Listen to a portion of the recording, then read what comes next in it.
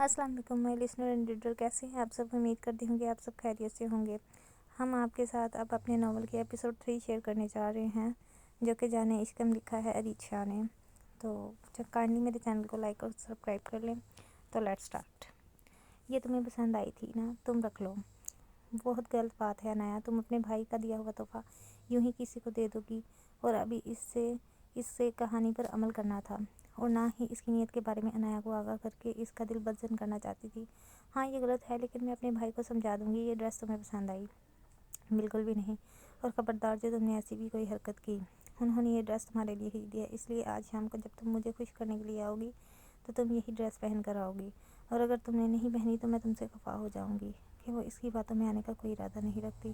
اس لیے بہتر ہے کہ اگر اس کے بارے میں ایسا نہ سوچے اور یہی سے اپنے قدم پیچھے ہٹا لے۔ اس کے ماں باپ نے اتنے سال اس حویلی میں گزارے تھے، اور وہ اس حویلی کے بیٹے کے ساتھ اس طرح کا تعلق بنا کر اپنے ماں باپ کی عزت کو دو کوڑی کا نہیں کر سکتی تھی۔ تم بہت بری ہو، بہت زیادہ بری۔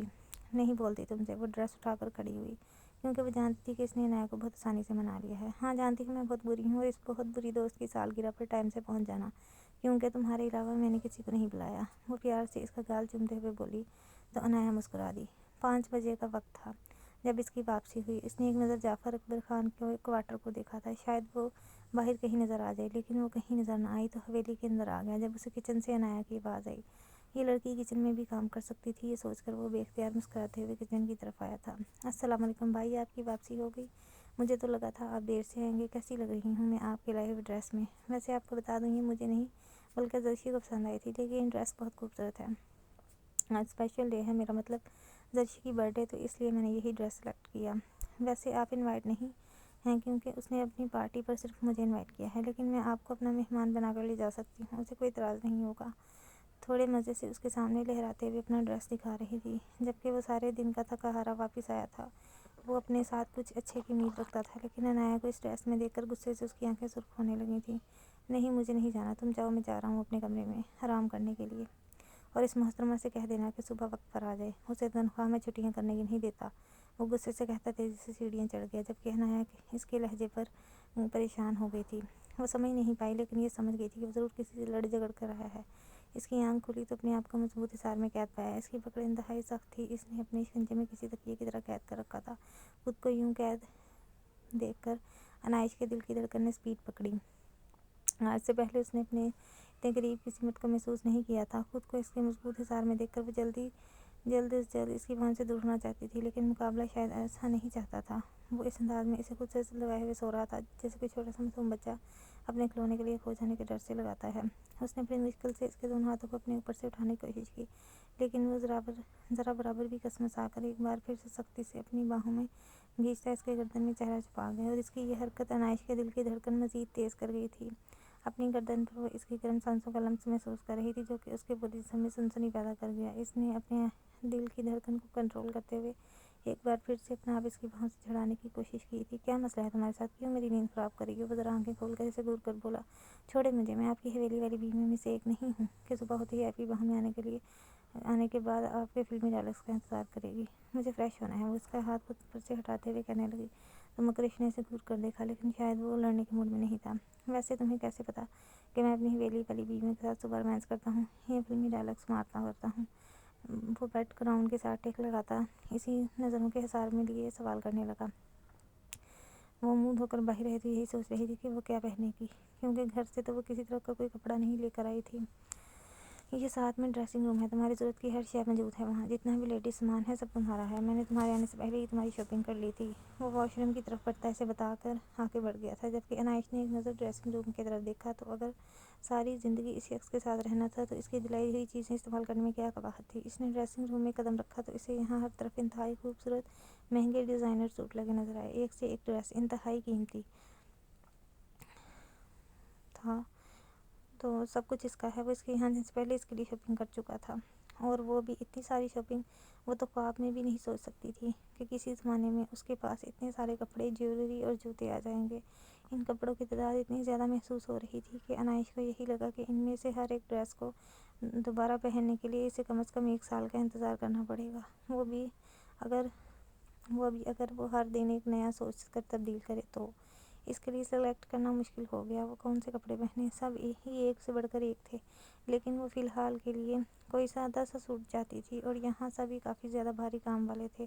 آخرکار اس نے ان سب میں سے پنک کلر کا سادہ سا لباس ڈھونڈ ہی لیا۔ یہ ایک تو اس کا موسٹ فیوریٹ کلر تھا، دوسرا یہ باقی سب کپڑوں کی بنسبت کافی ہلکا تھا۔ اس نے وہی سوٹ پہنا اور وہاں پر موجود سارے جوتوں میں سے سب سے سمپل جوتا نکال کر پہن لیا، کیونکہ اس کی اپنی جوتی ٹوٹنے کے قریب تھی۔ لیکن حیرت کی بات، جوتوں کا سائز بالکل اس کے سائز کے مطابق۔ جیولری کے نام پر اس نے کچھ نہیں پہنا تھا، بس ہاتھ میں موجود دادی کا کنگن اس کے لیے کافی تھا۔ وہ سادہ سوٹ میں تیار ہو کر باہر نکلی تھی تو آئینے کے سامنے کھڑا اپنی شرٹ کے اپنے بال بنانے میں مصروف تھا۔ شاید وہ بھی ابھی نہا کر نکلا تھا۔ اس کے ڈریسنگ روم سے نکلنے کی آواز پر اس نے فوراً پلٹ کر اسے دیکھا تھا۔ ایک دن کی دلہن اتنی سادہ نہیں ہو سکتی بیگم، جا کر چینج کرو، یہ کیا پہن کر نکلی ہو؟ اتنا لائٹ کلر! اس وقت اگر تم حویلی میں ہوتی تو تمہاری کلاس لگا چکا ہوتا۔ میں تمہارا شوہر بہت نرم دل ہے، صرف پیار سے سمجھائے گا، جاؤ چینج کر کے آؤ۔ وہ وہیں آئینے کے سامنے کھڑا ایک بار پھر سے اپنے بال بنانے میں مصروف ہو گیا۔ نہیں، میں ٹھیک ہوں، میں اس سوٹ میں کمفرٹیبل محسوس کر رہی ہوں، باقی سارے کپڑے تو کافی بھاری ہیں، مجھے عادت نہیں ہے ایسے کپڑے پہننے کی، جو پہنا ہے وہی صحیح ہے۔ اور رات کے بعد پہلی بار ذرا پرانے انداز میں بولی تھی۔ عادت نہیں ہے تو عادت ڈالو، عورت کو پتہ ہونا چاہیے کہ وہ اپنے شوہر کو کس روپ میں اچھی لگتی ہے۔ ویسے تم مجھے اب تک ہر روپ میں قابل قبول لگی ہو، لیکن اتنی زیادہ ایک دن کی دلہن نہیں ہوتی تو تمہیں چینج کرنا پڑے گا، یہ رواج ہے۔ ہم اس وقت حویلی میں نہیں ہیں، لیکن اس کے باوجود بھی ہم اپنی ویلیوز کو نظر انداز نہیں کر سکتے۔ جاؤ، جا کر چینج کر کے۔ اور اس سے سمجھاتے ہوئے بولا تھا، کیا مسئلہ ہے آپ کے ساتھ؟ مجھے جینے کیوں نہیں دے رہے؟ جب میں کہہ رہی ہوں مجھے نہیں چینج کرنا تو کیوں بار بار ایک ہی بات کر رہی ہیں آپ؟ میں نہیں ہوں آپ کی حویلی والوں کی طرح، نہ ہی مجھے ہونا ہے۔ تم کیا کر سکتی ہو بتاؤ مجھے، آخر کیا کر سکتی ہو تم میرے ساتھ؟ تم رشتہ نہیں بنا سکتی کیونکہ تم ابھی اس کے لیے مینٹلی طور پر تیار نہیں ہو۔ تم میرے ساتھ حویلی نہیں جا سکتی کیونکہ تم وہاں جانا نہیں چاہتی۔ تم میری حویلی کے رول فالو نہیں کر سکتی کیونکہ تمہیں حویلی والوں سے نفرت ہے۔ کرنا کیا ہے تمہیں؟ بتاؤ مجھے، کچھ ہے جو تم کر سکتی ہو بنا چون چران کیے؟ دیکھو لڑکی، میں صرف اور صرف دادا جان کی وجہ سے تمہیں برداشت کر رہا ہوں، ورنہ کب کا تمہاری عقل ٹھکانے لگا چکا ہوتا۔ مجھے مجبور مت کرو ایسا کوئی بھی قدم اٹھانے پر کہ تم اپنے آپ پر میری ساری باتیں ماننے لگو، اور اپنی زبان پر قابو کرو۔ ایک دن میں تمہاری اس زبان کو ہمیشہ کے لیے تالا لگا دوں گا۔ مجھے مجبور مت کرو، میں نے تمہیں 1 مہینے کا وقت دیا ہے، وہ آج ہی ختم کر دوں، کیونکہ اگر میں نے ایسا کیا تو تمہاری ساری اکڑ نکل جائے گی، تم اپنی حویلی بھی جاؤ گی اور چپ چاپ میری ساری باتیں بھی ماننے لگو گی۔ فضول بحث نہیں، تم چینج کر کے آ رہی ہو یا نہیں؟ وہ کچھ کہنے کے لیے لب کھول ہی رہی تھی کہ مکرش نے اس کی بات کاٹی۔ اس نے ایک نظر اسے دیکھا، یہ شخص اسے انتہائی برا لگ رہا تھا۔ وہ بنا کچھ کہے غصے سے پاؤں پٹکتی واپس اندر چلی گئی۔ ایک تو کل رات والی حرکت سے ہی وہ بے حد خوف زدہ تھی، اور اس نے دوبارہ ایسی کوئی حرکت کی تو یہ سوچ کر ہی اس کی جان نکل رہی تھی، اس لیے وہ خاموشی سے اس کی ہر بات ماننے لگی۔ اس کی دھمکی سے ڈر کر وہ کپڑے چینج کر کے آ گئی تھی۔ اس دفعہ اس نے نیلے رنگ کا ایک خوبصورت سا ڈیزائنر سوٹ پہنا تھا۔ ہاں، اب لگ رہی ہوں نا ایک شادی شدہ لڑکی۔ ایک شادی شدہ لڑکی کو اسی طرح تیار رہنا چاہیے تاکہ شوہر کی نظر بھٹک کر آگے پیچھے نہ جائے، اور شوہر کی نگاہیں ہمیشہ اپنی بیوی کے حسین سراپے پر جمی رہیں۔ وہ اس کے پاس آتا مسکراتے ہوئے بولا تھا، جبکہ نگاہیں سچ میں جیسے اس کے حسین روپ میں الجھ کر رہ گئی تھیں۔ آپ کی باقی بیویاں بھی تیار شیاری رہتی ہوں گی تو اپنی نگاہیں انہی پر مرکوز رکھا کریں۔ وہ جو اس کی طرف قدم اٹھا رہا تھا، اس کے الفاظ اور انداز پر اس کے لبوں پر مسکراہٹ آ کر غائب ہوئی۔ ہاں، وہ بھی تیار ہی رہتی ہیں، لیکن تمہاری بات ذرا الگ ہے۔ تم پہلی ہو نا، اور پہلی بیوی کو ہم بہت اہمیت دیتے ہیں، آخر وہ ہماری زندگی میں سب سے پہلے آتی ہے تو اس کا حق زیادہ ہوتا ہے۔